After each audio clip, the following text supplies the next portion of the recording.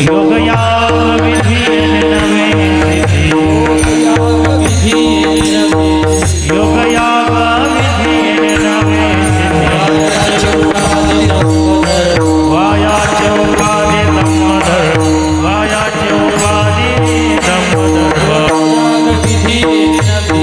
योगयाग विधी नवे योगयाग विधी नवे वायाचे उपाधी दमोदर वायाचे उपाधी दमोदर हरिमुखे म्हणा हरिमुखे म्हणा हरिमुखे म्हणा हरिमुखे म्हणा पुण्याची गणना कोण करे पुण्याची गणना कोण करे भावे विना देव न करे निसंदेह भावे विना देव न करे निसंदेह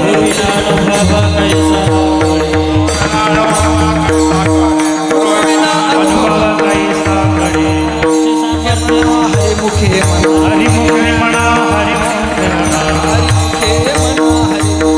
हरिमुखे म्हणा हरिमुखे म्हणा पुण्याची गणना कोण करे पुण्याची गणना कोण करे सत्य विना दैवत द्यावे न प्राप्त सत्य विना दैवत द्यावे न प्राप्त तुझ विना हित कोण तुझ विना हित कोण हरिमुखे म्हणा हरिमुखे म्हणा हरिमुखे म्हणा हरिमुखे म्हणा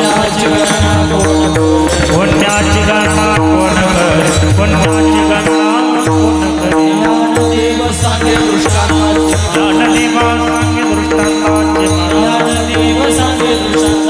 ज्ञानदेव सांगे साधूचे संगती तरणोपाय साधूचे संगती तरणोपाय ज्ञानदेव सांगे दृष्टांताचे ज्ञानदेव सांगे दृष्टांताचे ज्ञानदेव सांगे दृष्टांताचे ज्ञानदेव सांगे दृष्टांताचे साधूचे संगती तरणोपाय साधूचे संगती हरिमुखे म्हणा हरिमुखे म्हणा हरिमुखे म्हणा हरिमुखे म्हणा हरिमुखे म्हणा पुण्याची गणना कोण करे पुण्याची गणना कोण करे विठोबा रघुमाई विठोबा रघुमाई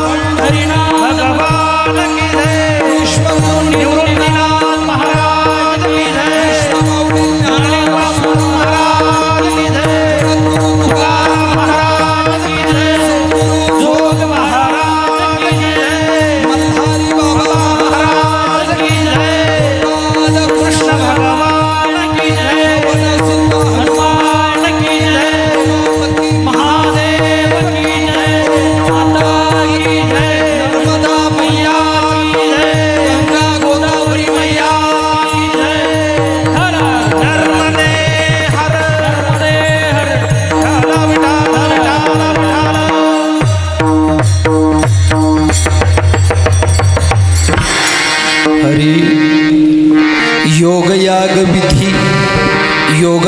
विधी येणे नोहे सिद्धी वायाची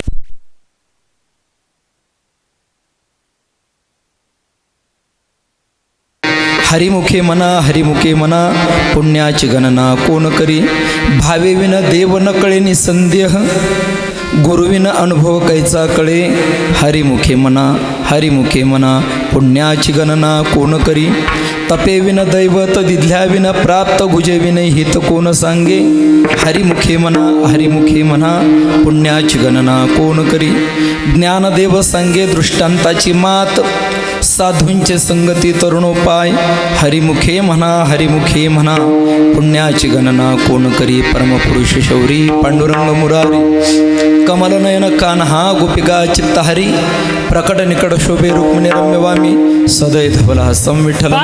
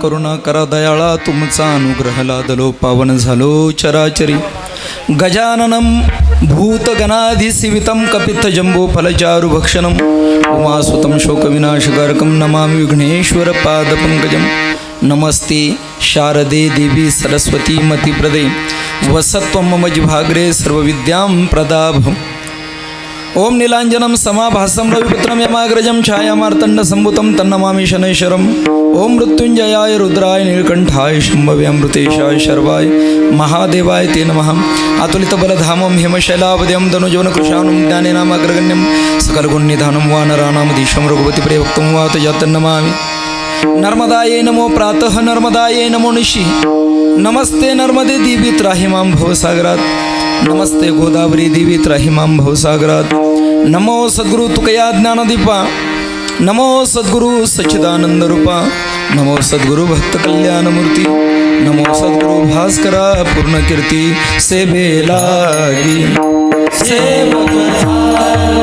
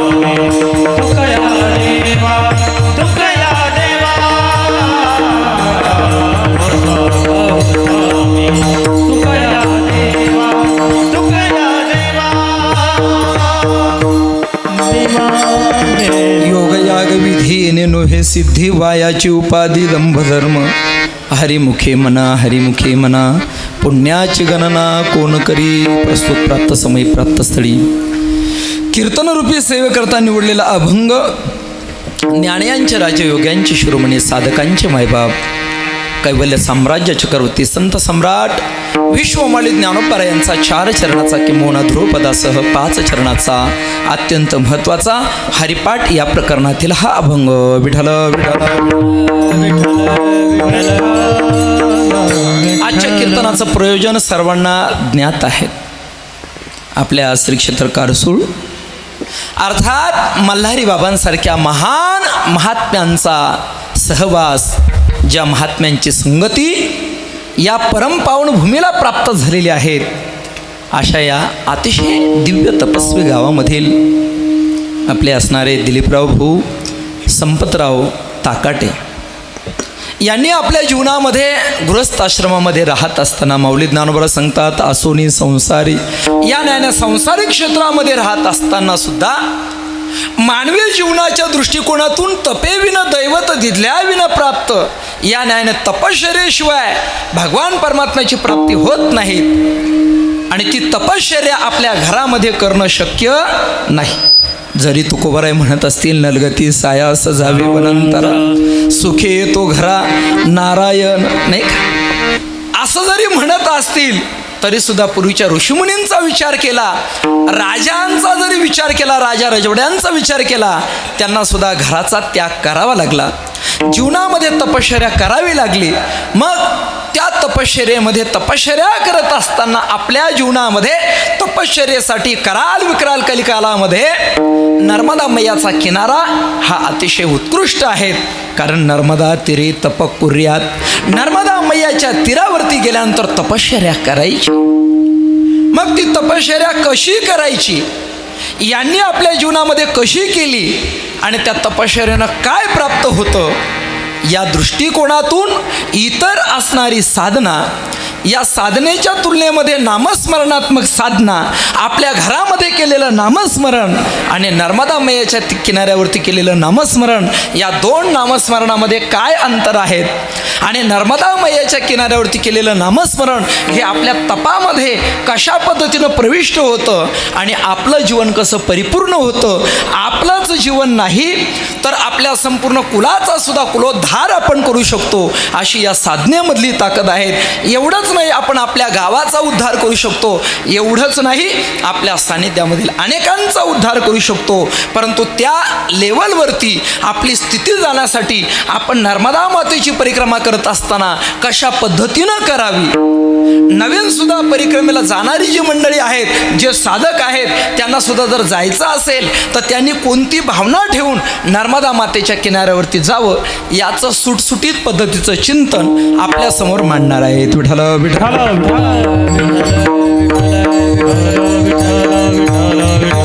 हो, या ठिकाणी या कीर्तनाचं निमंत्रण आमचे असणारे दिलीपप्रभू यांचे जावई जे आहेत, नाही का, जावई खऱ्या अर्थाने असे पाहिजे का सासऱ्याची एवढी काळजी घेतली पाहिजे, नाही का. नाहीतर काही काही जावई मामाला मागं ओढत राहतात त्या ठिकाणी, नाही का, नाही तुम्ही ती तपश्चर्या करू नका, काय त्याच्या वाचून पडलं, तिथं गेल्यानंतर काय तुम्ही तर नाही ना असं केलं, हां म्हणजे नसेल केलं, नाही का. मला आनंद वाटला त्यांनीच या कार्यक्रमाचं निमंत्रण दिलं.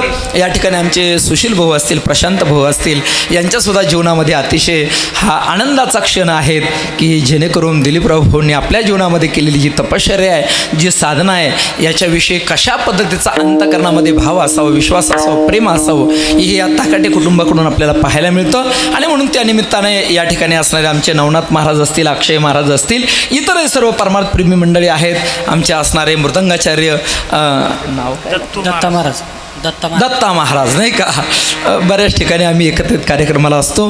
आणि म्हणून हे सर्वच मंडळी सर्वांना तुम्हाला या ठिकाणी शुभेच्छा देतो आणि अतिशय थोड्या वेळामध्ये आपली सेवा समर्पित करतो. विठ्ठल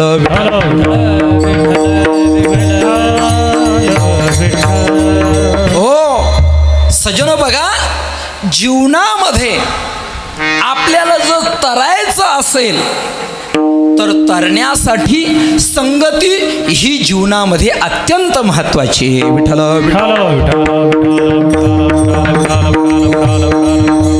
हो, आता जर आपण एखाद्याला प्रश्न विचारला का हो बाबा एकाच वाक्यात उत्तर द्या, 2 वाक्यात चालणार नाही, संगती चांगली की वाईट, काय म्हणणं आहे तुमचं एका वाक्यात बरं का? चांगली की वाईट? हां, चांगली का वाईट? काय चोपदार महाराज तुमचं काय म्हणणं आहे? चांगली का वाईट? एका वाक्यात उत्तर आहे. एकाच वाक्यात काय? चांगली तर म्हणा, नाही तर वाईट. बरं सांगा मुलांना, चांगली का वाईट? काय म्हणणं आहे तुमचं? इथंच अनेक प्रश्न पडायला बसले बरं का. संगती जर आपण पाहिलं तर चांगली म्हटलं तर त्या ढेकणाच्या संगतीमध्ये हिरा गेला, नाही का? काय झालं? कुसंगे नाडीला साधू कुसंगे नाडीला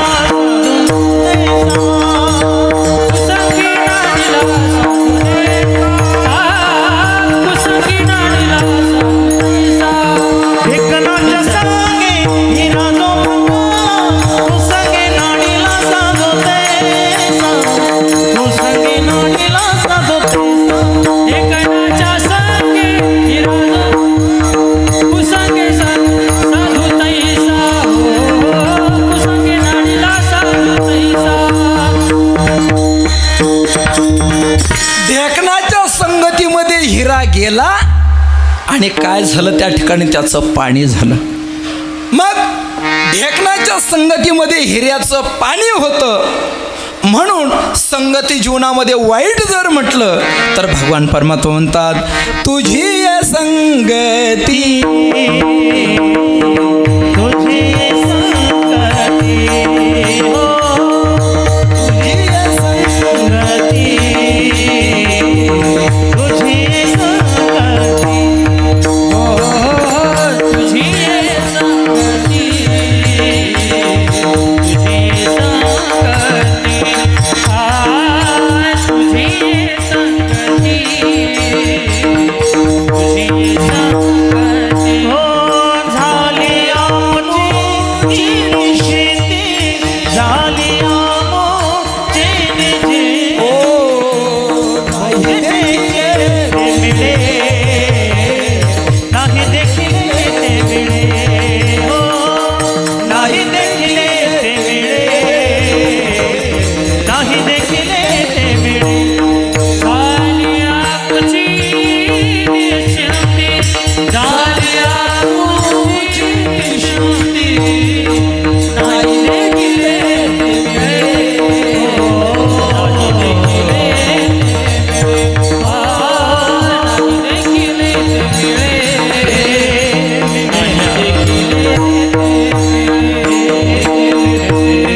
ते गोपाळ देवाशी संवाद करत असताना सांगतात, देवा तुझी ये संगती झाली अमुची निश्चिंती. अर्थात भगवंताच्या संगतीमध्ये निश्चिंतता आपल्याला प्राप्त होत असते. मग संगती विचार जर केला तर चांगली तेव्हा ज्यावेळेस आपण चांगल्याच्या संगतीमध्ये जाऊ, आणि संगती वाईट तेव्हा ज्यावेळी आपण वाईटाच्या संगतीमध्ये जाऊ. बघा, विवेकानंद म्हणतात, मला तुम्ही तुमचे मित्र कसे आहेत ते सांगा, मी तुमचा स्वभाव कसा आहे ते तुम्हाला सांगतो. सज्जनो ध्यानात ठेवा, आपल्या अंतःकरणामध्ये जशा पद्धतीची भावना असते, आपला जसा स्वभाव असतो, त्याच प्रकारच्या माणसामध्ये ते माणसं बसत असतात. म्हणून सज्जनो, आपल्या जीवनामध्ये जर आपल्याला जीवनाचा उद्धार करून घ्यायचा असेल तर जीवनाच्या उद्धारासाठी साधूंची संगती करणं गरजेची गोष्ट आहे. माऊली ज्ञानोबा दृष्टांतात्मक स्वरूपातून ही गोष्ट अभंगाच्या शेवटच्या शरणावर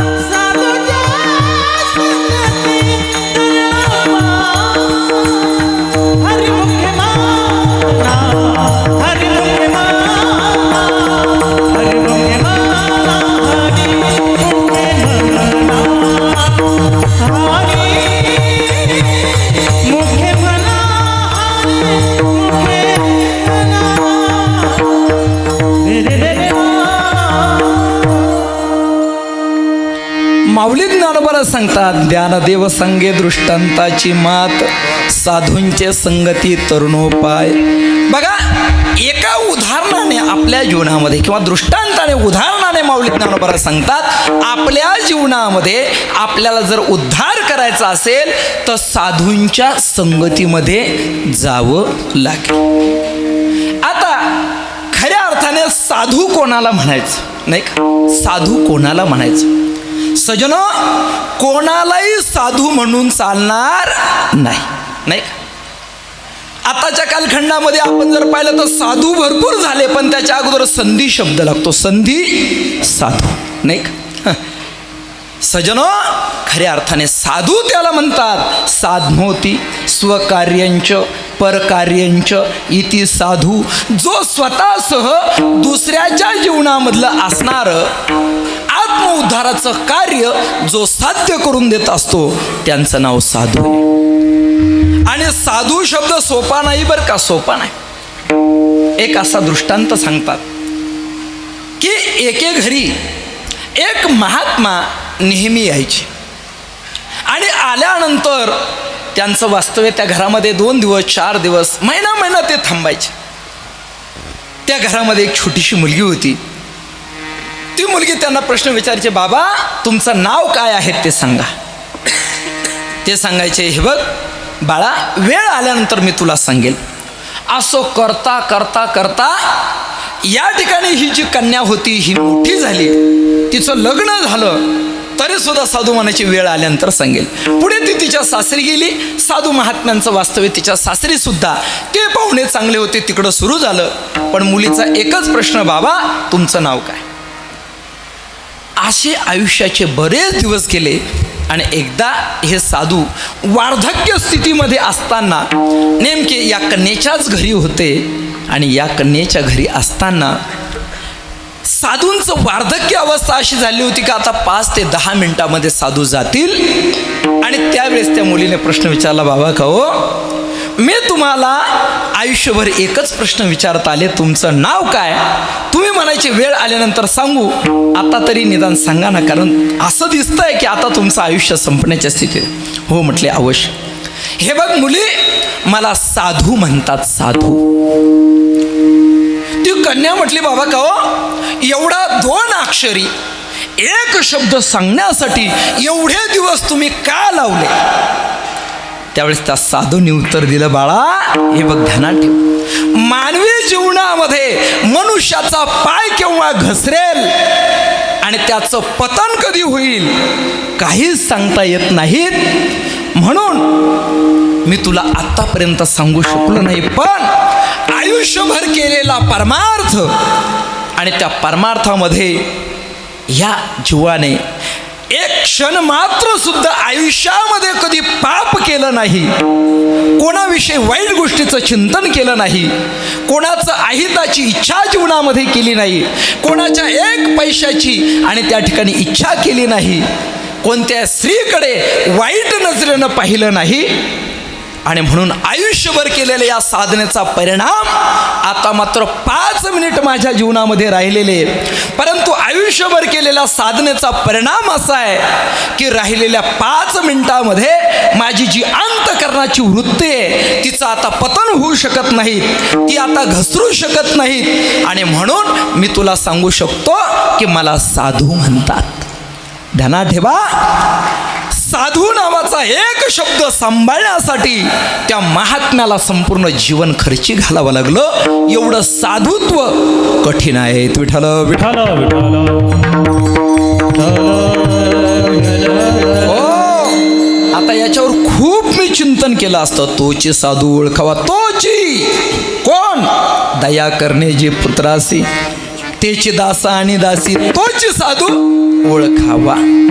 सजनो, आता बोलायला वेळ नाही, पण साधुत्व एवढं कठीण आहे आणि अशा साधू शिवाय आपल्या जीवनामध्ये परिपूर्णता नाही, हे ध्यानात ठेवा. म्हणून प्रत्येकाला आपल्या जीवनामध्ये साधू शोधावेच लागतील, शोधावेच लागतील आणि शोधावेच लागतील. त्याच्याशिवाय आपल्या जीवनामध्ये आपल्याला तरणोपाय नाही. मग आता साधू शोधायचे, कुठं जावं लागेल? लासलगावच्या बाजारामध्ये? हां, कुठं जावं लागेल? लासलगावच्या बाजारामध्ये का? नाही. एखाद्या आपल्या नैताळ्याच्या जत्रेमध्ये?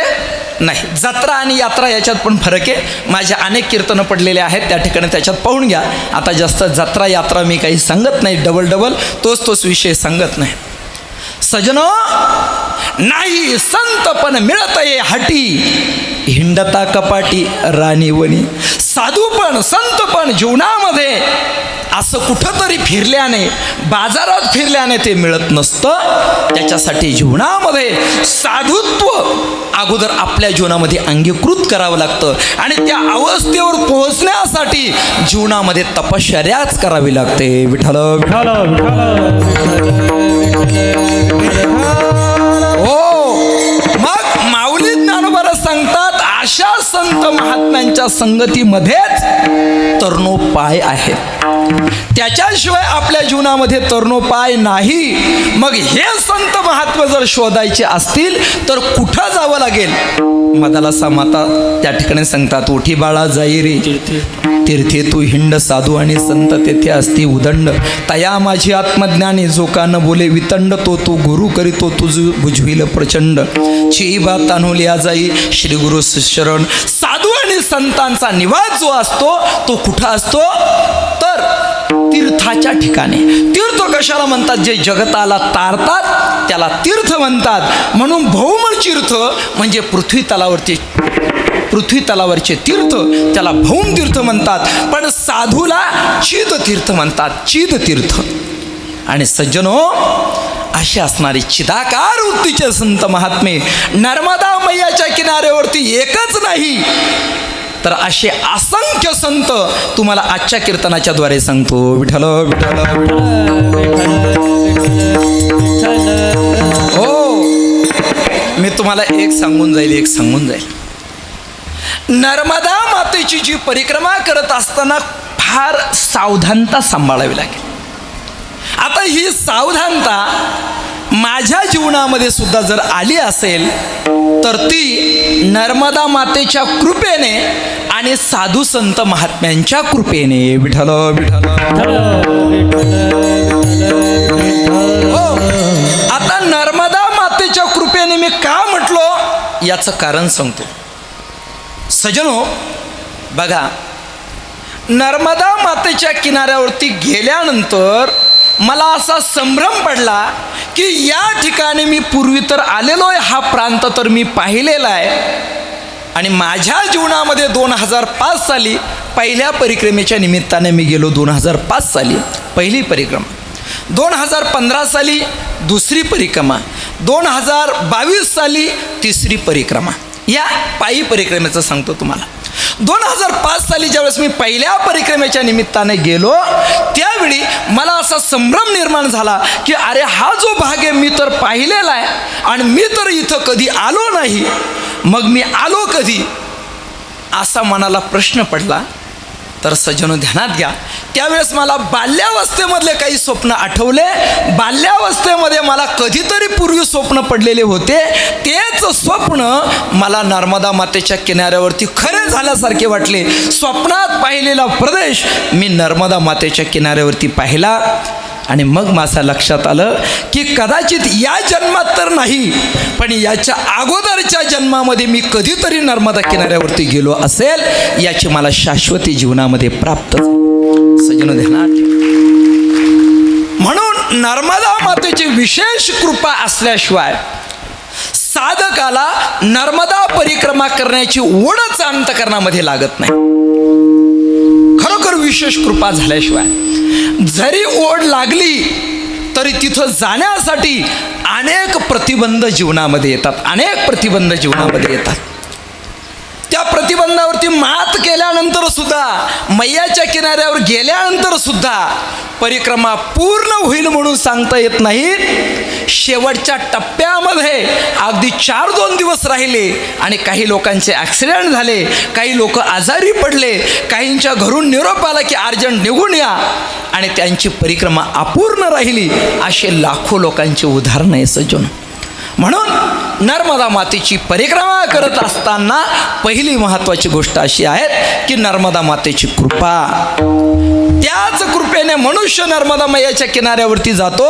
आणि दुसरी म्हणजे साधू संत महात्म्यांची कृपा. विठ्ठल विठ्ठल. हो, आता त्या साधूंमध्ये जर विचार जर केला तर माझ्या जीवनामध्ये नर्मदा मातेची परिक्रमा करण्याची जी सद्बुद्धी आहे. आता आम्ही एक नर्मदा गौमाता यूट्यूब चॅनल एक 8-10 दिवसापासून सुरू केलेलं, अवश्य ऐका. 1100 प्रवचनं तुम्हाला ऐकायला मिळतील. किती? 1100 प्रवचनं नर्मदा मातेवरती ऐकायला मिळतील. किमान 1100 प्रवचनं त्याच्यामध्ये नर्मदा मातेवरती ऐकायला मिळतील. सजनो, बघा त्याच्यामध्ये विस्ताराने मी वर्णन केले की मी नर्मदा मातेच्या किनाऱ्यावरती कसं गेलो. नर्मदा गौमाता हा यूट्यूब चॅनल सर्च करा. आणि अवश्य या ठिकाणी जाहिरात का करतो, कारण का तुमच्यापर्यंत एक चांगल्या पद्धतीचं तत्त्वज्ञान तुमच्यापर्यंत पोहोचणार आहे.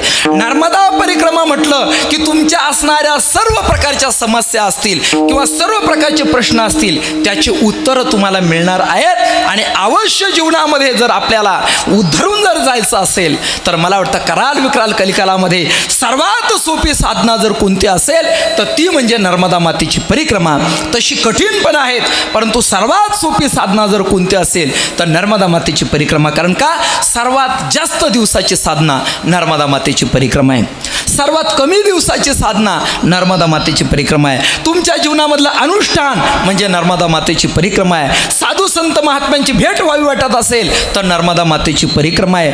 आपल्या जीवनामध्ये त्या मैयाचं जल आपल्या पोटामध्ये जावं आणि आपलं जीवन पुनीत व्हावं वाटत असेल तर नर्मदा मातेची परिक्रमा आहे. अनंत रूपाने मी महिमा तुम्हाला सांगेल. नर्मदा मातेचा परिक्रमेचा सर्व असणाऱ्या संप्रदायाचं दर्शन व्हावं वाटत असेल तर नर्मदा मातेची परिक्रमा आहे. बघा सजनो, ही नर्मदा मातेची परिक्रमा माझ्या जीवनामध्ये घडत असताना मला पहिल्यांदा प्रेरणा ज्यांनी दिली ते श्रीगोंदा तालुका, तिथलं असणारे चोराची वाडी, तिथील अनुभुले बापू. मला वाटतं जरी गृहस्थ असतील तरी मी त्यांना साधू समजतो. दुसऱ्या एका साधूंची कृपा माझ्यावरती झाली, ते पंढरपूरचे सद्गुरू श्री बालयोगीजी महाराज बालयोगीजी महाराज यांनी सुद्धा आम्ही परिक्रमा कशी करावी या संदर्भामध्ये मार्गदर्शन आम्हाला केलं. आणि परिक्रमेमध्ये काय अपराध होऊ शकतात आणि ते अपराध कसे टाळायचे याचं मार्गदर्शन मला सद्गुरू श्री बालयोगीजी महाराजांनी केलं. चक्रांकित महाराज नावाचे जे महात्मे, त्यांनी परिक्रमेला जात असताना दुर्गा सप्तशतीमधील एक मंत्र दिला. महाराज थोडा सोड द्या. विठ्ठल विठ्ठल पंथानम सुपथा रक्षेत मार्गम क्षेम करी तथा राजद्वारे महालक्ष्मीर विजया सर्वत स्थिता. सजनो, हा मंत्र बाबांनी आम्हाला 2005 साली दिला. 2005 साली दिला. परंतु तुम्हाला सांगतो आज तागायत असा एकही दिवस गेला नाही की बाबांनी 2005 सालापासून दिलेला मंत्र असा एकही दिवस गेला नाही की मी माझ्या जीवनामध्ये जपला नाही. रोज अंथरुणावरून उठल्यानंतर समुद्र वसने देवी, पुन्हा पंथानम सुपथा रक्षेत मार्गम क्षेम करी तथा राजद्वारे महालक्ष्मी विजया सर्वत स्थिता नर्मदे हर जटाशंकरे हर मात गंगे हर नमः पार्वती पतये हर हर हर महादेव. एवढं म्हटल्याशिवाय अंथरुणावरून जमिनीवरती पाय ठेवायचा नाही. हा मंत्र म्हटल्याशिवाय त्या ठिकाणी गाडीचा प्रवास सुरू करायचा नाही. ध्यानात ठेवा, या गोष्टी अत्यंत महत्त्वाच्या आहेत. आणि ही साधूंनी दिलेली माझ्या जीवनामधली देणगी आहे. म्हणून आज तुमच्या गावामध्ये कीर्तनासाठी मी उभा आहे. हे फक्त त्या महात्म्यांचे उपकार आहेत, माझ्या नर्मदा मातेचे उपकार आहेत, माझ्या माऊली ज्ञानोबरांचे उपकार आहेत, माझ्या हनुमंतरायाचे उपकार आहेत, माझ्या आईवडिलांचे उपकार आहेत. अन्यथा 5 असे भयानक ॲक्सिडेंट झाले की त्याच्यामधून मी वाचलो नसतो. पण केवळ या असणाऱ्या साधूंच्या कृपेने माझ्या जीवनामध्ये मला कुठल्याही प्रकारची आज सुद्धा पोहोचली नाही. ध्यानात ठेवा, ही साधूंची कृपा आहे. विठ्ठल हो, चक्रांकित महाराजांनी मंत्र दिला आणि आमचे असणारे सद्गुरू श्री नारायण महाराज डॉक्टर जाधव बाबा यांच्या दर्शनाला आम्ही गेलो. गेल्यानंतर बाबांनी बाकीच्या विद्यार्थ्यांना एक अभंग म्हणायला लावला. परिसे ओ माते माझी वीरवने परिसे ओ माते माझी वीरवने परिसे ओ माते माझी वीरवने परिसे ओ माते माझी वीरवने मस्तक चरणी मस्तक चरणी ठेवी तसे भागीरथी मावा दोष देवानी भागीरथी मावा दोष देवानी मस्तक चरणी मस्तक चरणी तसे भागीरथी महा दोषणी भरणी भागीरथी महा दोषणी भरणी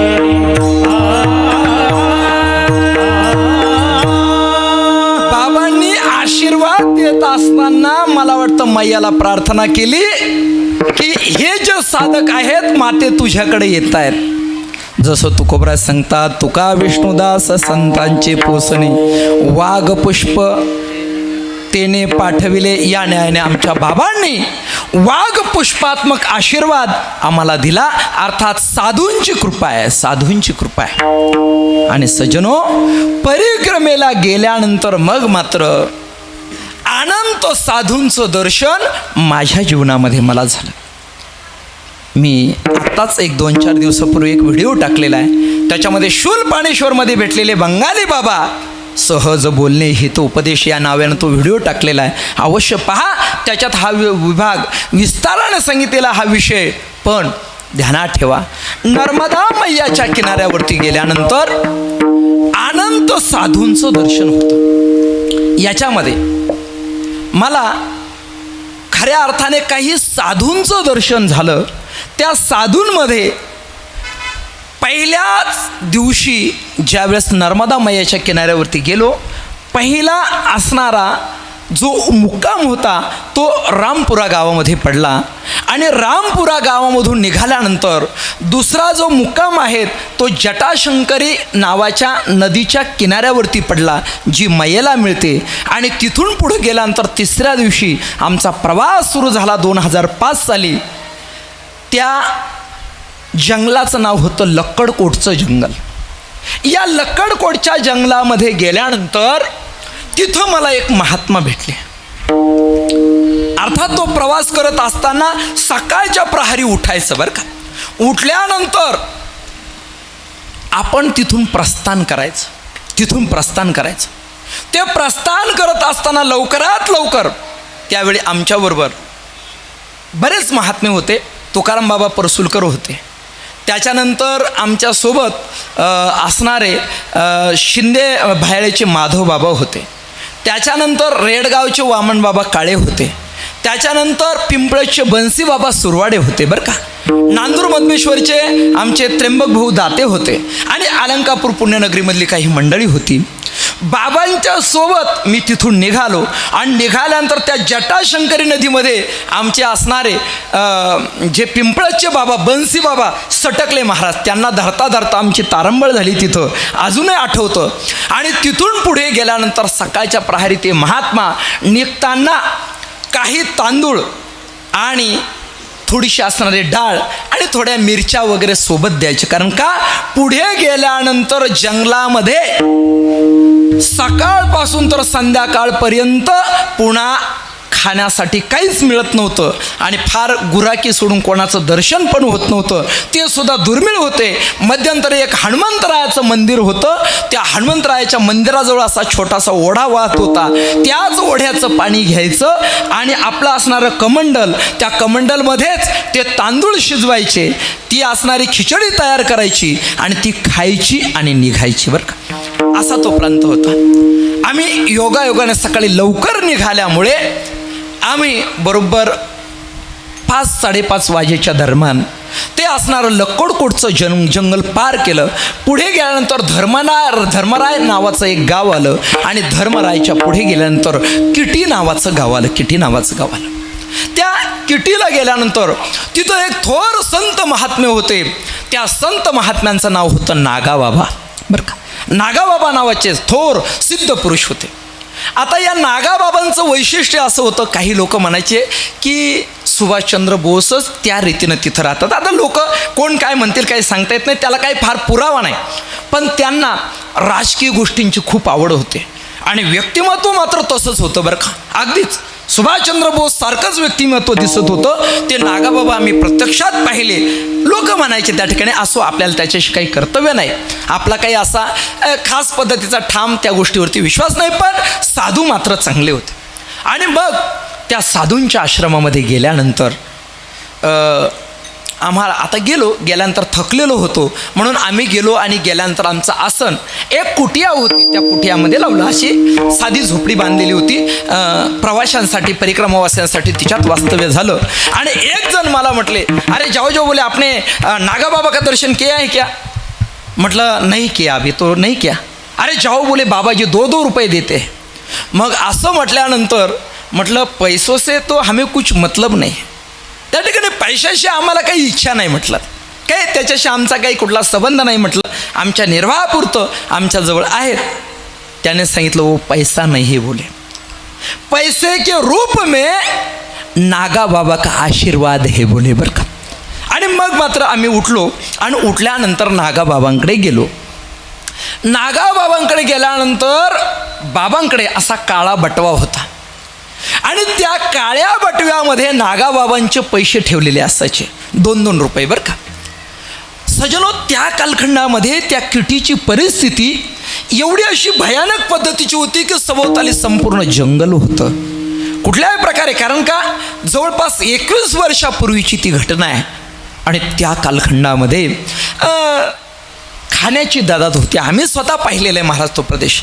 आणि मग बाबांच्या बटव्यामधून 2-2 रुपये यायचे, काही कोणाला कळत नव्हतं कुठून यायचं, पण किती परिक्रमावासी आले तर बाबा ते 2-2 रुपये द्यायचे. कर्मधर्म संयोगाने आम्ही आतमध्ये गेलो आणि गेल्यानंतर बाबाने विचारलं कितने मूर्ती हो बोले, म्हणजे किती लोक आहेत तुम्ही? मी सांगितलं बाबाजी हम 5 लोग आहे. ठीक आहे बोले, कुछ बात नाही. इतरांना ते 2-2 रुपये सुट्टे द्यायचे, पण त्यावेळी मात्र त्यांनी काय केलं, आपल्या बटव्यामध्ये हात घातला आणि 10 रुपयाची नोट बाहेर काढली, माझ्या हातामध्ये दिली.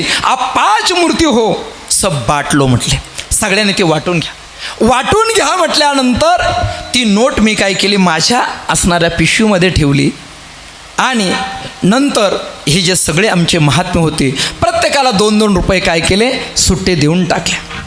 अजून तुम्हाला सांगतो 2005 सालची ती 10 रुपयाची नोट बाबांचं नाव टाकून अजून माझ्याकडे तुम्हाला पाहायला मिळेल. जर कोणाला दर्शन करायचं असेल तर अवश्य आश्रमात या, त्या नोटेचं तुम्हाला दर्शन होईल. तुम्हाला लेपाच्या लालबाबाचा स्पर्श झालेल्या त्या कालखंडातल्या नोटेचं दर्शन होईल. तुम्हाला झगडियामडीच्या जगदीश बापूंनी त्या कालखंडात दिलेल्या नोटेचं तुम्हाला दर्शन होईल. मीराबाईंनी दिलेले पैसे त्या कालखंडातले तुम्हाला दर्शन होईल. का? मी एक साधूंची एक आठवण म्हणून ते ठेवलेले. चला, महत्त्वाची गोष्ट अशी. आणि सजनो, त्यावेळी त्या बाबांच्या सानिध्यामध्ये गेल्यानंतर बाबांच्या दृष्टीमध्ये एवढी ताकद होती महाराज, एवढी ताकद होती. संतांचं जीवन असं आहे, दर्शनात, स्पर्शात, शब्दात कृपया शिष्य देहके. माऊली ज्ञानोबा सांगतात, कृपा कटाक्ष न्याहाळीले आपुले पदी बैसविले बाप रघुमादेव वरु विठ्ठले दिधले वरदान. कृपा कटाक्ष न्याहाळीले आपुल्या पदी बैसविले बाप रघुमादेव वरु विठ्ठले दत्ता दिले वरदान. संत महात्म्यांच्या परिणाम आहेत आणि भगवान परमात्म्याच्या कृपा कटाक्षाचा सुद्धा हा परिणाम आहेत. म्हणून ध्यानात ठेवा, नेहमी आपल्या जीवनामध्ये तुम्ही भाग्यवान आहात की मल्हारी बाबांसारख्या साधूंचा कृपा स्पर्श तुम्हाला अनुभवायला मिळाला. तुमच्या इतके दुसरे भाग्यवान जगामध्ये कोणी नाही. ज्यांनी बाबांचं दर्शन केलं असेल, मल्हारी बाबांचं दर्शन केलं असेल, तुम्ही सर्व भाग्यवान मंडळी आहात. सजनो, ज्यांच्या कृपेच्या कटाक्षामध्ये एवढं सामर्थ्य असतं की अगदी नराचा नारायण करण्याचं सामर्थ्य या संत महात्म्यांमध्ये असतं. जन्म मरणाच्या पलीकडे करण्याचं सामर्थ्य या संत महात्म्यांमध्ये असतं. आणि नागाबाबाने तो एक स्पर्श आमच्यावरती त्या ठिकाणी केला, एक कृपादृष्टी टाकली आणि मग बाबांच्या सानिध्यामध्ये अनंत स्वरूपाचं तत्वज्ञान अगदी गागर में सागर ऐकायला मिळेल. पुढे तुम्हाला सांगतो महाराज, आपण फक्त त्याग नावाची गोष्ट करतो, पण आपल्या जीवनामध्ये त्याग हा होतच नाही होत आपल्या जीवनामध्ये त्याग. पण साधूंच्या जीवनामध्ये पहा, योगाची संपदा त्याग योगाची संपदा योगाची संपदा त्याग आणि शांती. योगाची संपदा त्याग आणि शांती. योगाची संपदा जर काय असेल तर त्याग, आणि त्यागात शांती. रणंतरम या न्यायाने त्यागामध्ये शांती, ही योगाची संपदा आहे बरं का. ध्यानात ठेवा, तुम्ही योग्यांच्या सानिध्यात गेले, साधूंच्या सानिध्यामध्ये गेले, किती गाड्या आहेत एवढ्यावरून साधू किती मोठा आहे हे ठरू नका. किती लोक त्या महात्म्याच्या पाठीमागे पळतात एवढ्यावरून त्याच्यामध्ये साधुत्व आहेत हे ठरू नका तुम्ही बरं का. ध्यानात ठेवा, खऱ्या अर्थाने साधूच्या संगतीमध्ये गेल्यानंतर जिथं मनाला शांती वाटेल समजायचं हा निश्चित साधू आहे. ज्याच्या संगतीमध्ये गेल्यानंतर आत्मशांती प्राप्त होईल, ज्याच्या संगतीमध्ये गेल्यानंतर काहीच करू नये, शांत जीवन जगावं असं वाटेल, बिनधास्त समजायचं, त्यांचं नाव साधू आहे. ज्यांच्या संगतीमध्ये गेल्यानंतर तुम्हाला नामस्मरण करण्याची इच्छा होईल समजायचं, त्याचं नाव साधू आहे. ज्यांच्या संगतीमध्ये गेल्यानंतर तुम्हाला नर्मदा परिक्रमा करण्याची इच्छा होईल समजायचं, आपल्या जीवनामध्ये निश्चित हे व्यक्तिमत्व साधुत्व आहे. ध्यानात ठेवा. आणि मग साधूंच्या जीवनामध्ये त्याग, केवढ्या मोठ्या पद्धतीचा त्याग असतो महाराज, नाही का. आम्ही आमच्या जीवनामध्ये हा त्याग फार प्रमाणात करतो. काही लोक नर्मदा मातेच्या परिक्रमेला जातात, पेटलं तर 6 महिने भिजणार नाही एवढी संपत्ती घरी असते, तरी सुद्धा कोणी 10 रुपये घेतले दिले का लगेच पुढे हात करतो. मला एक जण म्हटलं, बाबा बघा मैयाच्या कृपेने जवळपास 10,000 रुपये मला मिळाले म्हटले नर्मदा मैयाच्या किनाऱ्यावरती. म्हटलं नर्मदा मैयाच्या किनाऱ्यावर तुम्हाला 10,000 मिळाले आणि तुम्ही ते घेतले. आता म्हटले लोकांनी खूप आग्रह केला, मग त्यांचा अपमान कसा करायचा. मी त्यांना म्हटलं, का हो बाबा, त्यांचे पैसे जर तुम्ही डावलले तर त्याचा अपमान होतो हे तुम्हाला कोणी सांगितलं. हां, कोणी सांगितलं का त्या साधकाने तुम्हाला पैसे दिले, त्या असणाऱ्या दानदात्याने तुम्हाला पैसे दिले आणि तुम्ही जर घेतले नाही तर त्याचा अपमान होतो असं कोणी सांगितलं. नाही म्हटले बुवा, आता आम्हाला म्हटलं नाही. ध्यानात ठेवा, तुम्ही परिक्रमेला जातात, एवढा मोठा अट्टहास करतात आणि अट्टहास केल्यानंतर जे पुण्य तुमच्या पदरामध्ये पडतं, तुम्ही ज्या वेळेस याचना करतात, कोणापुढे हात पसरवतात आणि त्यानं दिलेलं आवश्यकता सोडून जास्त जे दिलेलं बरं का ते घेतात, त्यावेळेस तुमचं संपूर्ण पुण्य त्याला समर्पित होत असतं बरं का. ध्यानात ठेवा, एवढी सोपी गोष्ट नाही. दान घेण्याचा अधिकार कोणालाही नाही, दान घेण्याचा अधिकार कोणालाही नाही. दान घेण्याचा अधिकार नर्मदा मैयाच्या किनाऱ्यावरती असे काही असंग साधू आहे. आता आम्ही सुद्धा जरी साधू असतील, आमच्याकडे गाड्या घोड्या आहे, म्हणून आम्हाला सुद्धा ते दान घेण्याचा फार अधिकार नाही. ध्यानात ठेवा, आम्हाला सुद्धा तो अधिकार नाही. मग ते कोणासाठी येते तर तिथं काहींच्या जीवनामध्ये सर्व संग परित्याग आहेत. बस त्याग त्याग आणि त्याग. मग अशा साधूंसाठी ते साधू सुद्धा काय करणार महाराज, तुम्ही दिलेल्या पैशामधून विड्या खरेदी नाही करणार. तुम्ही दिलेल्या पैशामधून ते त्या ठिकाणी हॉटेलमध्ये घुसून भजे नाही खाणार. ते साधू काय करणार, त्याच पैशामधून चॉकलेट घेणार, गोळ्या घेणार आणि जे शूलपाणेश्वरच्या जंगलामध्ये जी अनाथ मुलं आहेत, ज्यांच्या अंगावरती कपडे नाही, त्यांना ते चॉकलेट वाटणार आणि ते चॉकलेट दिल्यानंतर त्यांची खुशी पाहिल्यानंतर ते साधू प्रसन्न होणार. त्याच पैशामधून ते गावठी तूप घेणार, त्याच पैशामधून वाती खरेदी करणार आणि त्याच्यामधून नर्मदा मातेची रोज नित्यनेमाने आरती करणार. सजनो, हे जे साधू आहे.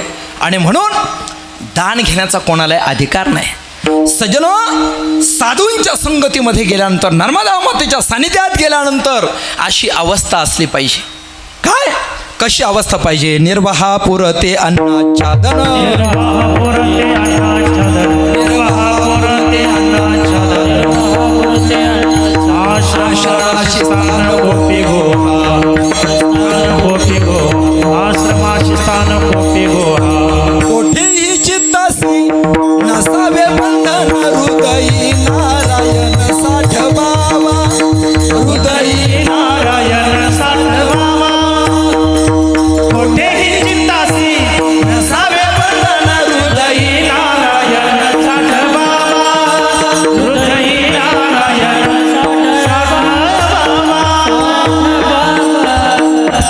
निर्वाहापुरतं अन्न, बरं का, निर्वाहापुरतं अन्न, निर्वाहापुरते आच्छादन आणि थांबत असताना आश्रमाशी स्थान कुपी गुहा, कोठेही चित्तासी नसावे बंधन. तुम्हाला शपथपूर्वक सांगतो, ज्या आश्रमांची किंमत आज 10-10 कोटीची आहेत, असे 3 आश्रम मला मिळत असताना मी माझ्या जीवनात 2005 साली डावलले, बरं का, त्या ठिकाणी डावलले त्या ठिकाणी. कारण का, एक माझ्यावरती काही जबाबदारी होती. कोणती जबाबदारी? एक तर आई वडिलांची जबाबदारी. दुसरी महत्त्वाची गोष्ट अशी आहे की माझ्या वडिलांनी मला एकच सांगितलं होतं की तू आळंदीला अवश्य जा. गेल्यानंतर आळंदीचं माझं शिक्षण पूर्ण करण्यासाठी वडिलांनी आग्रह धरला, मी पण गेलो. पण तिथून पुढं मला ऋषिकेशला, हरिद्वारला जाण्याची इच्छा होती.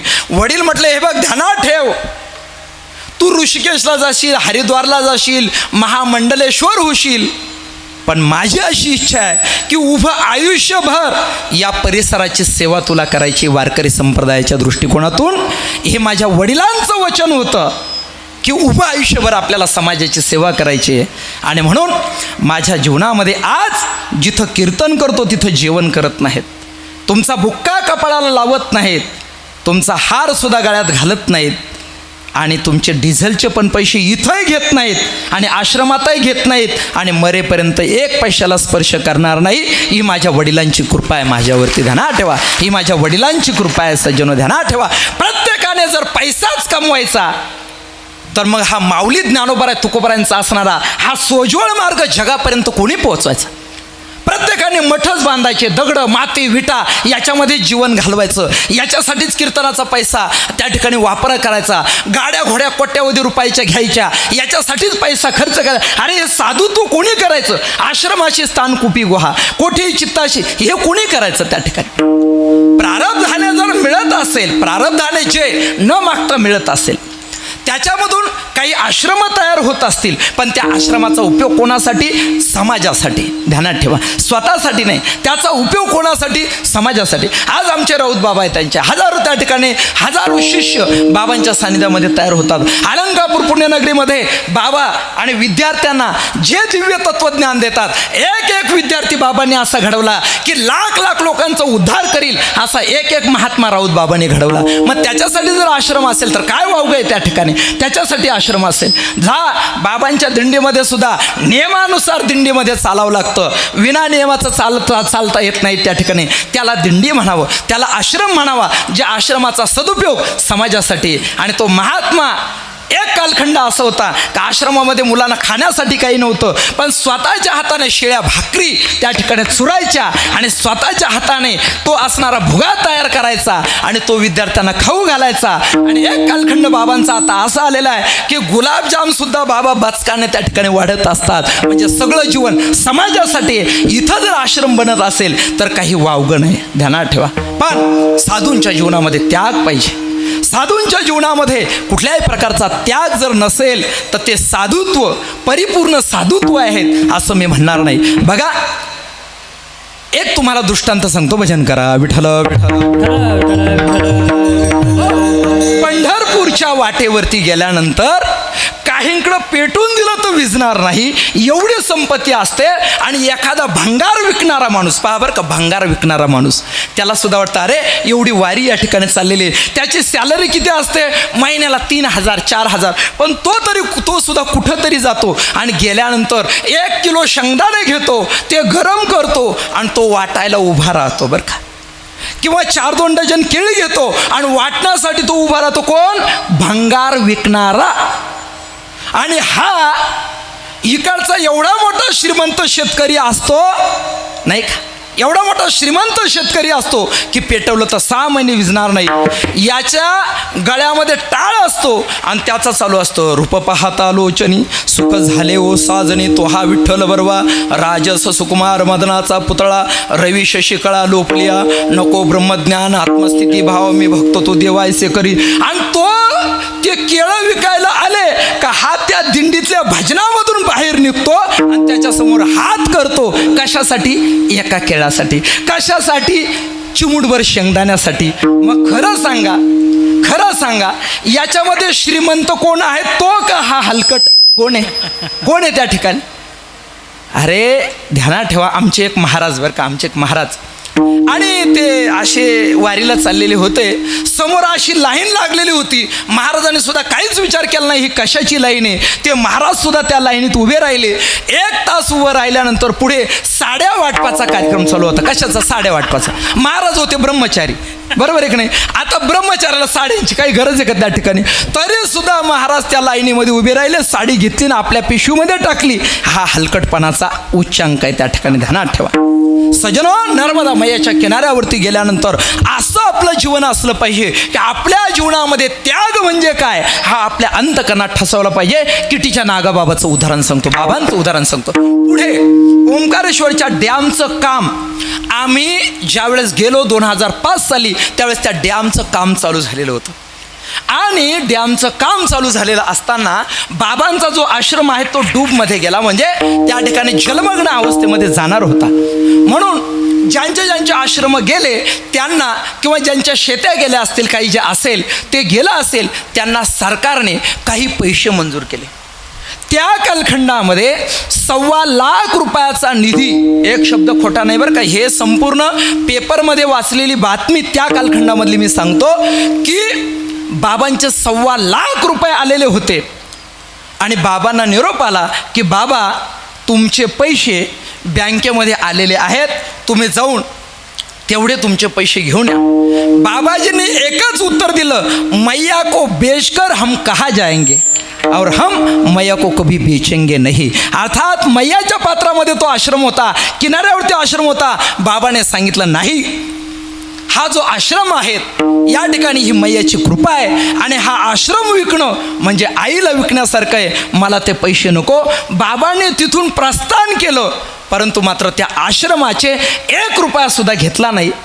आता बरेच लोक आपलं वय बसलेलं नसताना सुद्धा त्या ठिकाणी वय बसून आणि सरकारचा पगार घेण्यासाठी, नाही का, म्हणजे या लबाड्याचे का नाही, बरोबर आहे का नाही. मी सांगतो, ज्यावेळेस मी आळंदीला होतो त्यावेळेस बरेच महाराज मंडळी काय करायचे माहिती आहे का, बरेच मंडळी, आता परिस्थिती त्या मापाची असेल तर काही वावगं नाही, पण कंडक्टरच्या असणाऱ्या त्या एसटीच्या सवलतीमध्ये 50% सवलत मिळवण्यासाठी मूकबधीरचं सर्टिफिकेट काढायचे. आणि मग तो कंडक्टर आला का खाऊ कुठं जायचं, यानं आपलं काण्याबाण्यासारखं करायचं बरं का. आता त्याला माहिती राहायचं त्या ठिकाणी कंडक्टरला, पण ते जास्त हे करत नव्हते. सजोनं ध्यानात ठेवा, मला सुद्धा एक जण म्हटले महाराज तुम्हाला ते करून देतो. म्हटलं माझ्या आयुष्यामध्ये मला ते करण्याची गरज नाही, मी पायी जाईल, पण आयुष्यात मी ह्या लबाड्या कधी करणार नाही. तुम्हाला खरं सांगतो, ज्यांनी ह्या लबाड्या केल्या ते अजूनही बसनंच फिरतात बरं का. आणि आम्हाला जर आश्रमातून बाहेर जर जायचं असेल, नुसता फोन केला तर 4 गाड्या दारातून उभ्या राहतात. हा त्यांच्यात आणि आमच्यामध्ये फरक आहे, ध्यानात ठेवा बरं का. हा त्यांच्यात आणि आमच्यात फरक आहे. सजनो ध्यानात ठेवा, त्याग पाहिजे, शांतता पाहिजे. किटीच्या नागाबाबाने त्याग केला. अशा संत महात्म्यांच्या संगतीमध्ये साधूंचे संगती करणो काय, साधूंचे संगती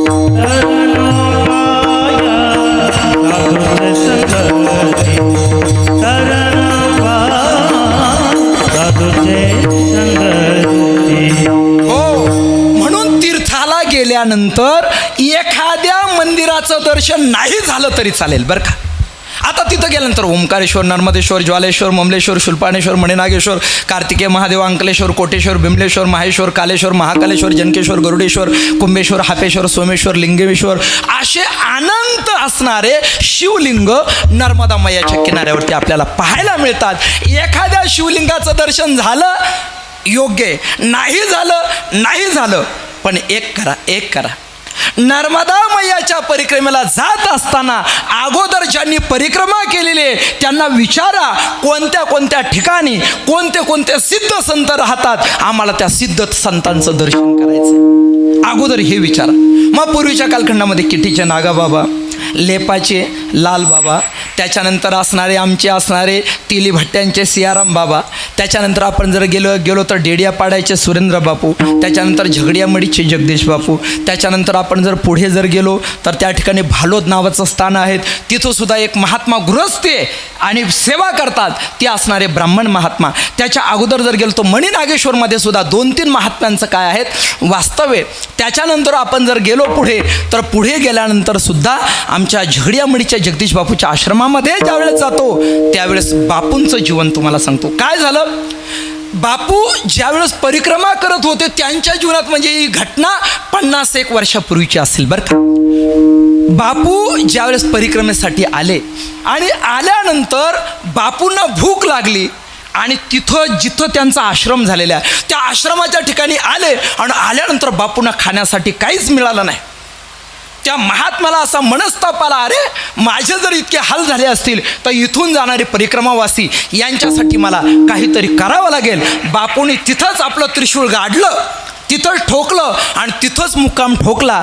आज बापूंच्या आश्रमामध्ये नर्मदा मैयाच्या कृपेने रोजचे 200 लोक जेवून जातात. किती?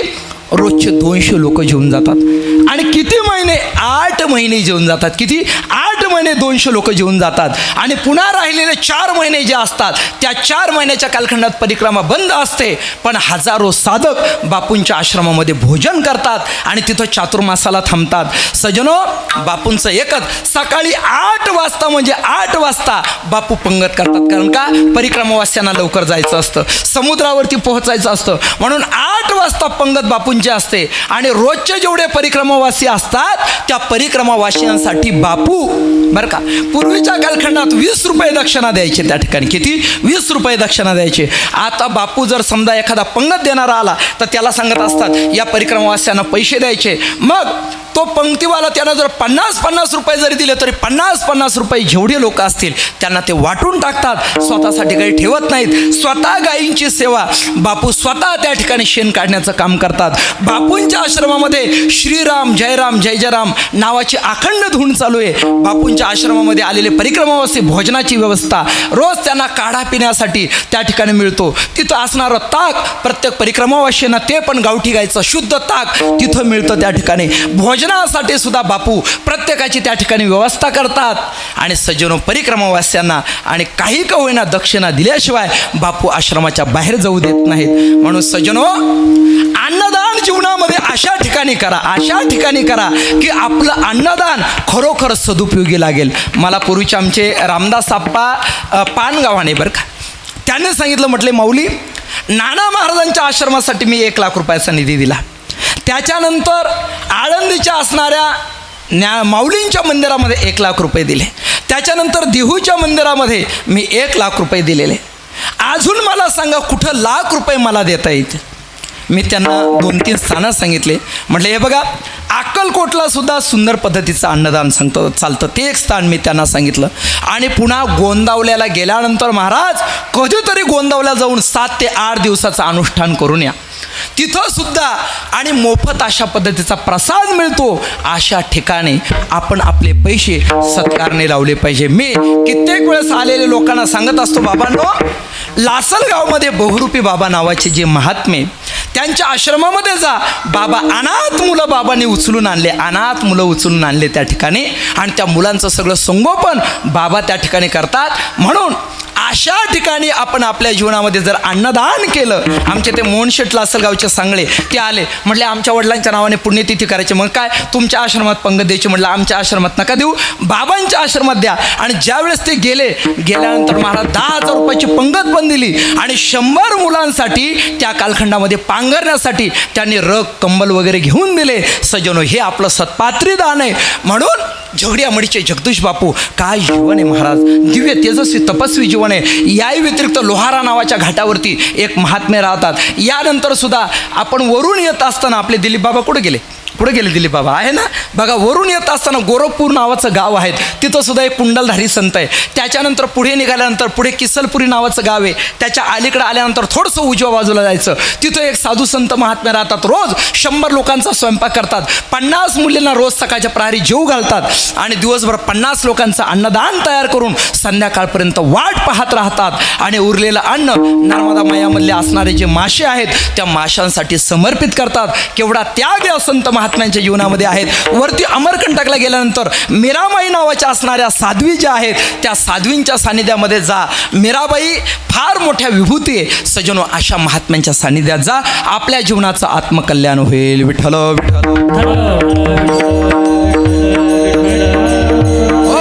माऊली सांगतात साधूंच्या संगती तरुणोपाय. संत महात्म्यांच्या संगतीमध्ये तरुणोपाय आहेत. आता एकदा वारकरी संप्रदायाच्या नियमानुसार आपण हाताने टाळी वाजवायची, मुखाने नामस्मरण करायचंय. राहिलेल्या फक्त 10च मिनिटामध्ये नर्मदा मातेचं अवतरण पृथ्वी तलावरती कसं झालं, नर्मदा मातेची परिक्रमा कोणी कोणी केली, परिक्रमेने आपल्या जीवनामध्ये काय फलश्रुती प्राप्त होते, परिक्रमेमध्ये आपल्या जीवनात तपश्चर्या कशी घडते, या सगळ्या गोष्टीचं चिंतन फक्त 10च मिनिटामध्ये. आणि त्याच्यानंतर जय विठ्ठल होईल. विठोबा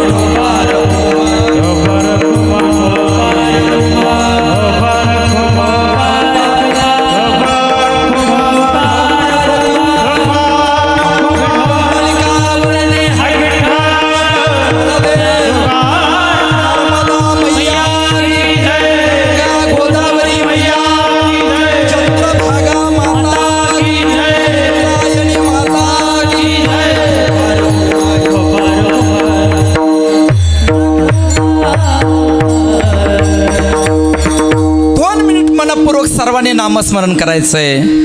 नर्मदे हर बोलो, नर्मदे हर, नर्मदे हर बोलो, नर्मदे हर बोलो, नर्मदे हर बोलो,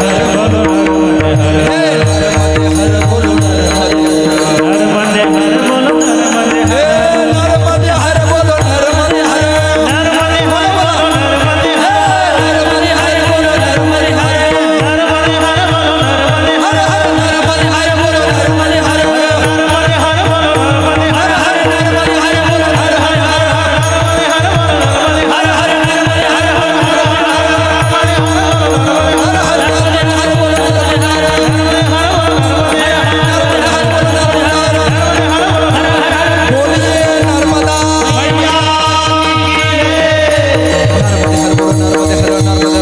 हर हर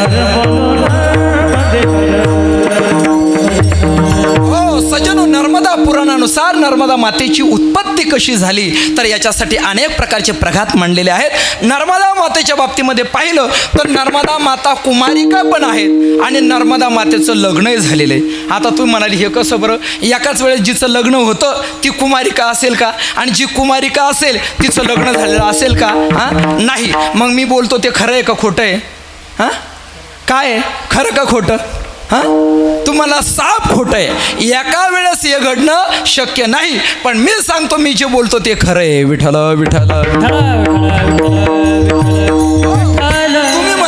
असं सजनो ध्यानात ठेवा, नर्मदा मातेचं अवतरण या पृथ्वी तलावरती एकदाच झालेलं आहे बरं का, एकदाच झालेलं आहे.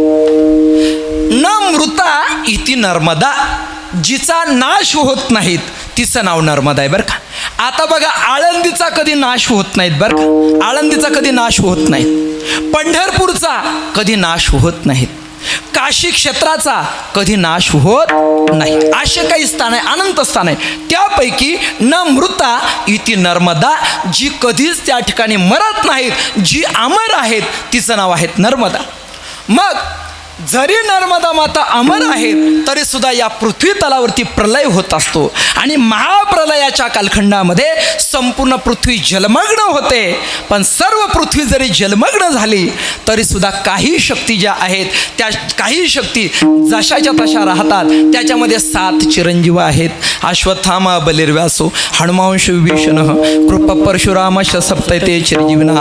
8वे चिरंजीव सांगतो, मरणाची जर भीती वाटत असेल, 100 वर्ष जर जगायचं असेल तर एवढे 2 श्लोक म्हणा. अश्वत्थामा बलिर्व्यासो हनुमांश विभीषण कृपा परशुरामश सप्तैते चिरंजीविना. सप्तैतान संस्मरे नित्यम मार्कंडेयम अथाष्टमम जीवेद वर्षशतम सागरम अपमृत्यू विवर्जिता. जर या एवढ्या 2 श्लोकांचं चिंतन जर आपण आपल्या जीवनात जर केलं तर 100 वर्षाच्या आतमध्ये तो मरू शकत नाहीत. 100 वर्ष त्याला आयुष्य प्राप्त होतं. ही या 8 चिरंजीवांची काय आहेत कृपा मार्कंडेयांसह. त्यापैकी मार्कंडेय महामुनी आतापर्यंत सगळे प्रलय झाले, कारण त्यांना 14 कल्पाचं आयुष्य आहे. 14 कल्पापैकी 7 कल्प मार्कंडेय महामुनींचे आत्तापर्यंत झालेले. 7 कल्पामध्ये संपूर्ण असणाऱ्या पृथ्वीवरती प्रलय झाला, परंतु मार्कंडेय महामुनींनी पाहिलं जिचा प्रलय झाला नाही, जिचा नाश झाला नाही, अशी जी नदी असेल ती मार्कंडेय महामुनींची आवडती नदी, तिचं नाव आहे नर्मदा माता. तिचा नाश झालेला नाही.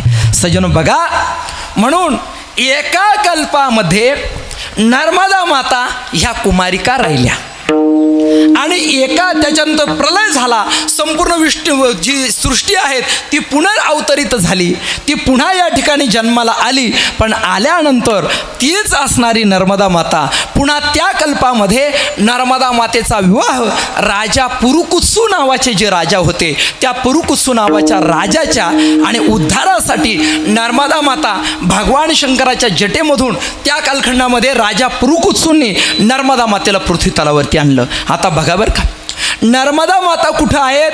भगवान शंकराच्या जटेमधून मध्ये. म्हणून नर्मदा मातेचं एक नाव आहे, तशी तिचे अनेक नाव आहे. एक नाव आहेत शिरसा, एक नाव आहेत शोण, एक नाव नर्मदा मैयाचं आहे रेवा, एक नाव आहेत नर्मदा मैयाचं मेकल सुता, त्याच्यापैकी एक नाव आहेत जटाशंकरी. बरं, एक नाव जटाशंकरी, जी भगवान शंकराच्या जटेमध्ये राहते म्हणून तिचं नाव जटाशंकरी. आता अशी असणारी जटाशंकरी आणि कुठं बसलेली आहेत? भगवान शिवाच्या डोक्यावरती बसलेली. मग गोदावरीच्या रूपाने खाली आणत असताना गौतम ऋषींनी तिनं काय केलेलं आहे? तिला पृथ्वी तलावरती आणलेलं आहे. मग बघा, गौतम ऋषींनी आता इथं त्र्यंबकेश्वरला प्रगट केली. आता या गौतम ऋषींनी सुद्धा, आम्ही गोदावरी गंगेच्या परिक्रमेमध्ये गेलो, किती ठिकाणी तपश्चर्या केलेली? 8 ठिकाणी गौतम ऋषींनी गोदावरी गंगा मैयाच्या किनाऱ्यावरती तपश्चर्या केलेली. बरं का, 8 ठिकाणी. आता याच्यापैकी काही स्थानं आता आठवायचे नाही कारण नुकतीच परिक्रमा करून आलो, परंतु बरेच स्थानं त्या ठिकाणी गौतम ऋषींनी तपश्चर्या केली. तसं राजा पुरुकुत्सूच्या बाबतीमध्ये असा इतिहास घडला की राजा पुरुकुत्सूचे पूर्वज हे अतिशय दुःखी होते आणि त्यांच्या जीवनामध्ये तर्पणादी क्रियाकर्म याच्यापासून ते वंचित होते. मग नारद महर्षींजवळ त्यांनी निरोप दिला की आमच्या सांगा, तो जो आहे आमचा जो उत्तराधिकारी आहे त्याला सांगा, अरे बाबा तू तर्पणादी क्रिया का बंद केल्या? आणि मग नारद महर्षी आले, त्याने सांगितलं पुरुकुत्सू तुमच्याबद्दल काही तक्रार आहे. म्हटलं सांगा महामुनी, काय तक्रार आहे? तुमचे जे पूर्वज आहेत ते दुःखी आहेत. ध्यानात ठेवा, आज लोक त्या ठिकाणी म्हणतात पिंडदानाने काय होणार आहेत, आमक्याने काय. मी अंधश्रद्धा पसरवत नाहीत बरं का, अंधश्रद्धा पसरवत नाहीत. मी तुम्हाला हिरिरीने उदाहरण सांगतो बरं का, हिरिरीने उदाहरण सांगतो. मी माझ्या जीवनामध्ये जातपात काही मानत नाहीत बरं का, पण उदाहरण का सांगतो तुम्हीच ध्यानात घ्या आणि ते तुमच्या समोर सत्य करून देईल बरं का, मी सत्य करून देईल. आमच्या शाळेमधलं एक ताई आहे, त्या निर्मला निर्भवणे ताई, समाजाने हरिजन आहे बरं का, जातीयवाचक हा शब्द नाही, ध्यानात ठेवा. मी तुम्हाला का सांगतोय, त्यांनी बौद्ध धर्म आपल्या जीवनामध्ये स्वीकृत केलेला आहे. पण त्यांनी मला सांगितलं, आता पाठीमागे 2-3 महिन्यापूर्वी त्या आमच्या ताईंच्या ज्या भावजई होत्या त्या गाडीवरून चालल्या आणि गाडीवरून चालल्यानंतर काय झालं महाराज, ती बिचारी त्या आमच्या बापूभाऊची पत्नी गाडीवरून मागून त्यांना आणि त्या ॲक्सिडेंट झाला, एक जणांना ठोस दिली, टक्कर दिली आणि त्या पडल्यानंतर जागेवरती त्या गतप्राण झाल्या. आणि गतप्राण झाल्यानंतर सज्जनो त्यांचा असणारा जो दशक्रिया विधीचा त्यांचा विधीचा कार्यक्रम होता. सज्जनो त्यावेळी त्या ताईंनी सांगितलेलं उदाहरण आहे, माऊली बराच वेळ झाला पिंडाला कावळा शिवेना. ते सगळं आपल्या हिंदू रीतिरिवाजाप्रमाणे वागतात, पिंडाला कावळा शिवेना. आणि मग त्यावेळी त्याच बापूभाऊंचे मोठे भाऊ आणि भाऊजे समोर गेले आणि गेल्यानंतर त्यांनी हातामध्ये तिथं जल घेतलं आणि सांगितलं, तू सुखाने जा, तुझ्या मुलाची जी जबाबदारी ती आम्ही स्वीकारतो. त्या ताईने सांगितलं, त्याच मिनिटाला पिंडाला कावळा शिवला. हे उदाहरण त्यांनी सांगितलेलं आहे. म्हणून तर्पणादी क्रियांवरती गैरविश्वास करू नका. भगवंताने सांगितलेलं आहे, पतंती पितरो हेशाम लुप्त पिंडोदक क्रिया, हा असा त्याला पुरावा आहे. तसं राजा पुरुकुत्सू जे होते त्यांचे पूर्वज सुद्धा दुःखी होते. आणि म्हणून नारद महर्षींकडे काय केलं, निरोप दिला. आणि नारद महर्षींकडे निरोप दिल्यानंतर नारद महर्षींचा निरोप पुरुकुत्सूंनी ऐकला आणि ऐकल्यानंतर, महाराज मी तर तर्पणादी क्रिया करतो. अरे करतो पण तर त्यांच्यापर्यंत पोहोचत नाहीत. मग ऋषी तुम्हीच सांगा का म्हणून माझ्या तर्पणादी क्रिया तिथपर्यंत पोहोचत नाहीत. तोपर्यंत पृथ्वी तलावरती कोणत्याही प्रकारची नदी नव्हती. आणि मग या ठिकाणी नारद महर्षीने सांगितलं, पुरुकुत्सू तुम्ही एक करा, भगवान शंकराच्या असणारी जटेमधली जटाशंकरी तिला तुम्ही खाली आणा आणि खाली आणल्यानंतर तिच्या किनाऱ्यावरती तुम्ही तर्पणादी क्रिया करा. एवढ्यासाठी राजा पुरुकुत्सूंनी तपश्चर्या सुरू केली. आणि तपश्चर्या सुरू केल्यानंतर भगवान शंकर प्रसन्न झाले. म्हटले, शिष्या वरमृई, काय मागायचं ते माग. आता असं म्हटल्यानंतर राजा पुरुकुत्सूने सांगितलं, देवा मला माझ्या पूर्वजांच्या उद्धारासाठी या पृथ्वी तलावरती तुमच्या डोक्यावरती असणारी जटाशंकरी जी गंगा आहे ती मला पाहिजे. भगवान शंकराने सांगितलं, पुरुकुत्सू याच्या व्यतिरिक्त काय मागायचं ते माग, माझ्या जटेमधली जटाशंकरी तुला मिळणार नाही. आता कशी देईल बरं, एवढी मौल्यवान वस्तू कोणी देत असतं का. आता महिला मंडळीला मी प्रश्न विचारतो बरं का, तुम्हाला मी प्रश्न विचारतो. राजा पुरुकुत्सू त्या गंगेची इच्छा करत होते आणि भगवान शंकर तर काही गंगा देईना. कारण एवढी मौल्यवान गंगा एवढ्या असणाऱ्या कैलासातून म्हणा किंवा कालातीत कालचक्रेश्वराचा लोक वेगळा आहे. आता शिव महापुराण सांगायला मला वेळ नाही. त्या असणारं रुद्राचं स्थान वेगळं आहे, महेशाचं स्थान वेगळं आहे, कालातीत कालचक्रेश्वराचं स्थान वेगळं आहे. आता शिव महापुराण सांगत नाहीत. मग इथून एवढ्या उंचीवरून गंगा याची येणार कशी. मग आता राजा पुरुकुत्सूने गंगा मागितली आणि भगवान शंकर देतच नाही. मग दिली असेल का नसेल, मला महिला मंडळीक उत्तर पाहिजे. दिले असेल का नसेल, दिले असेल का नसेल. हां, आता याच्यासाठी मी उदाहरण सांगतो बरं का.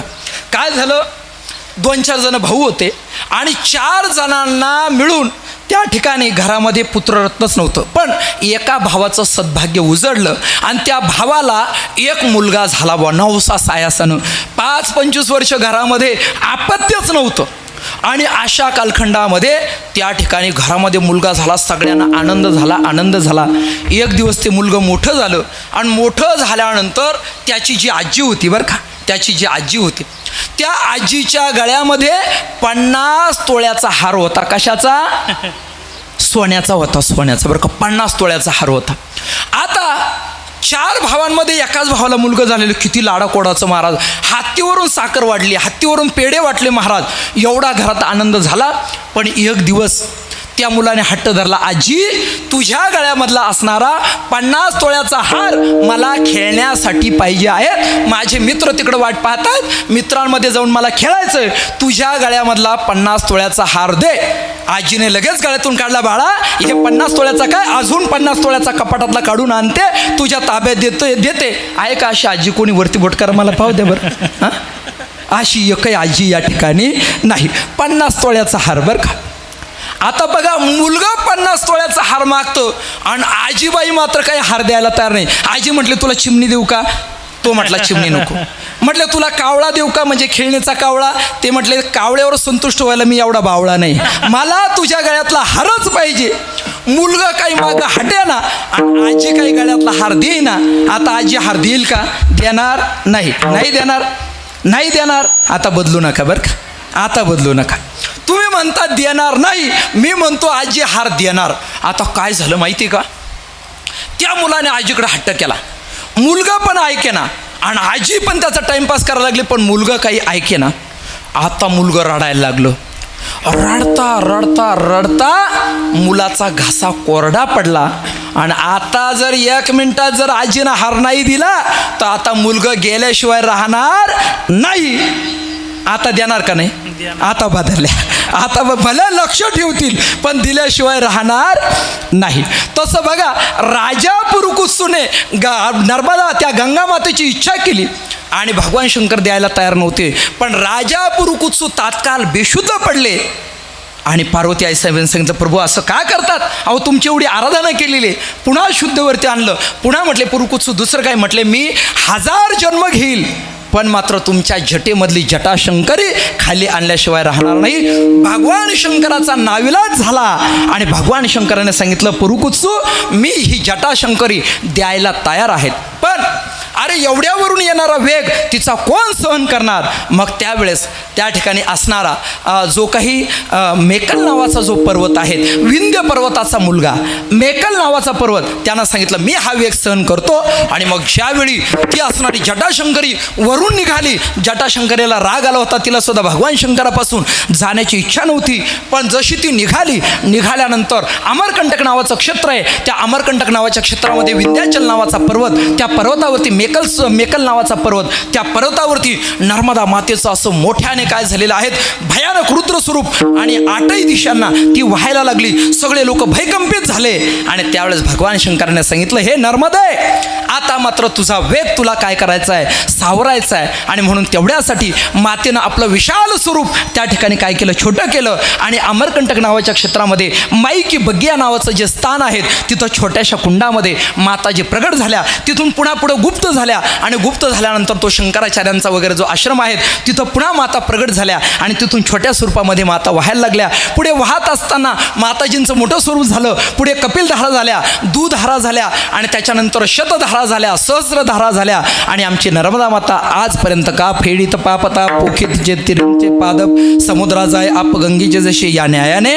माता आणि जग उद्धाराचं कार्य करतात. सज्जनो ध्यानात ठेवा, म्हणून आपल्या जीवनामध्ये तपश्चर्या करायची असेल प्रदेश कोणता तर तो नर्मदा मैयाचा किनारा आहे. म्हणून साधूंच्या संगती तरुण पायते साधू महात्मे तिथे राहतात आणि अशा साधूंच्या संगतीमध्ये नर्मदा मातेच्या सान्निध्यामध्ये आपल्या जीवनामध्ये ती तपश्चर्या प्राप्त होते. ती तपश्चर्या घडते की ज्या तपाशिवाय तपे विन दैवत दिधल्या विन प्राप्त गुजे विन हित कोण सांगे. पण एवढ्यासाठी आपल्या जीवनामध्ये भाव पाहिजे. भावी विन देव न कळे निसंदेह, गुरुविना अनुभव कैचा कळे. या न्यायानं जर पाहिलं तर आपल्या जीवनात आपल्याला नर्मदा मातेच्या किनाऱ्यावरती तपश्चर्याच करावी लागेल. कारण का योग याग विधी येणे नोवे सिद्धी वायाची उपाधी दंभ धर्म. आणि म्हणून काय करावं लागेल, हरिमुखे म्हणा हरिमुखे म्हणा पुण्याची गणना कोण करी. पण आपल्या घरात जे नामस्मरण करतो त्याच्यापेक्षा लाख पट फलश्रुती मातेच्या किनाऱ्यावरती. एकदा जर तुम्ही इथं रामकृष्ण हरी म्हटले तर 1 पट पुण्य, पण मातेच्या किनाऱ्यावरती जर एकदा रामकृष्ण हरी म्हटले, एकदा ओम नमः शिवाय जर म्हटले तर 100 पुण्य, सहस्रपट पुण्य, लाखो पट पुण्य. आणि म्हणून तिथंच आपण तपश्चर्या करावी. ज्ञानेश्वर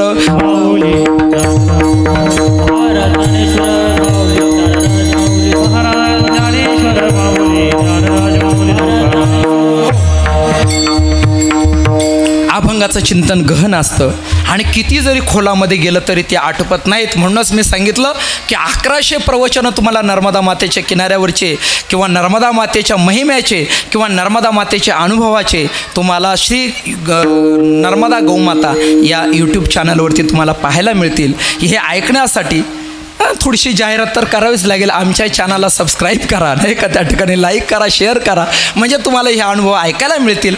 आणि सहज ते केल्याने तुमचे काही पैसे जात नाहीत बरं का त्या ठिकाणी. म्हणजे कोणी घाबरू नका, ते आपले पैसे जातील याची काही काळजी करू नका.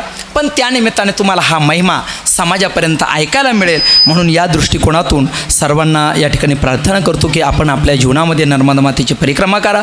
परिक्रमेने आपल्या जीवनामध्ये तपश्चर्या घडते, साधूंची संगती आपल्याला मिळते आणि सहजच सर्वांचा उद्धार उद्धार होत असतो. कारण भागीरथी महादोष निवारिणी, सगळा स्वामिनी तीर्थाचे, नर्मदा महादोष निवारिणी, याने आणि जिताभुक्ती मोक्ष मरणे तुझ्या तरी ऐहिक्य परत्री सुखरूप, असा मातेचा महिमा आहे. हा किती जरी सांगितला तरी या ठिकाणी परिपूर्णता होणार नाही. येताना अर्धा तास लेट आलो म्हणून अर्धा तास कीर्तन सेवा थोडीशी लेट केलेली आहेत. आज आमचे दिलीपराव ताकाटे यांनी सुंदर पद्धतीने नर्मदा मातेची परिक्रमा आपल्या जीवनामध्ये केलेली आहे. त्यानिमित्ताने असणारा त्यांच्या कुटुंबियाकडून केला जाणारा हा परिपूर्णतेचा कार्यक्रम. ह्या कार्यक्रमामध्ये पूजन कसं करावं, या ठिकाणी सोमठाण देशला आताच परवाच्या दिवशी कीर्तन झालं, त्याच्यामध्ये नर्मदा मातेचं पूजन कसं करावं हे सगळं टाकलेलं आहे. नर्मदा मातेच्या किनाऱ्यावरती आणि उलूक नावाच्या तीर्थामध्ये कोणाचा उद्धार झाला, त्याच्यानंतर भारभूत नावाच्या तीर्थामध्ये कोणाचा उद्धार झाला, सर्व त्या ठिकाणी चिंतन आपण यूट्यूबला टाकलेलं आहे. ते बघा आणि आपल्या जीवनात नर्मदा मातेची सेवा करा. विठ्ठल जय जय विठ्ठल.